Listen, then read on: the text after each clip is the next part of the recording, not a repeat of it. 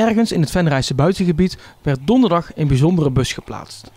Tot en met woensdag 24 april kan er op zoek worden gegaan naar de zogenaamde drugslokbus. We roepen inwoners eigenlijk op met deze lokbus om op zoek te gaan naar onze drugslokbus. Om eigenlijk zo de signalen van drugscriminaliteit te kunnen herkennen.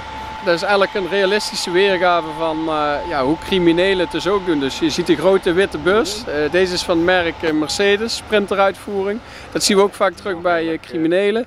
Als we achter in de bus kijken zien we grote blauwe vaten, jerrycans. Denk ook aan de IBC-containers. Dat zijn grote 1000 liter vaten waar tegenwoordig het drugsafval in zit om te kunnen dumpen in het bosgebied. Ja, en van wie is dit initiatief? Ja, dit is een initiatief van de werkgroep Veilig Buitengebied, de werkgroepen Veilig Buitengebied en de campagne Kijk niet weg.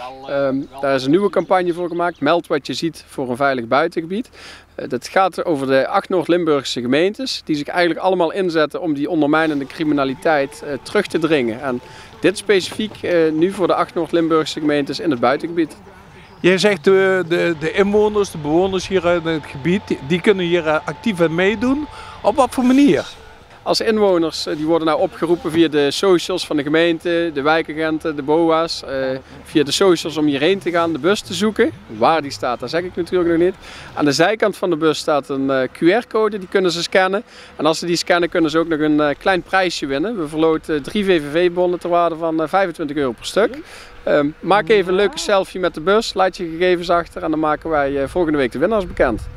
Ja, en hoe staat het gesteld met het drugsafval in het buitengebied?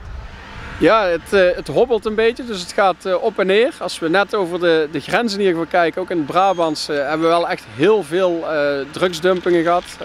Ook echt tienduizenden liters die in één keer worden gedumpt.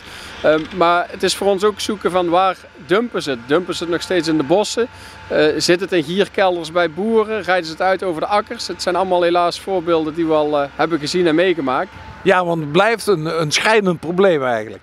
Ja, en uiteindelijk zijn wij als belastingbetalers ook gewoon de dupe, want het is ons belastinggeld, maar denk aan alles wat het kan verwoesten, de natuur. Denk als het over akkers uitgesproeid wordt, wat dat voor gezondheidsrisico's met zich mee kan brengen.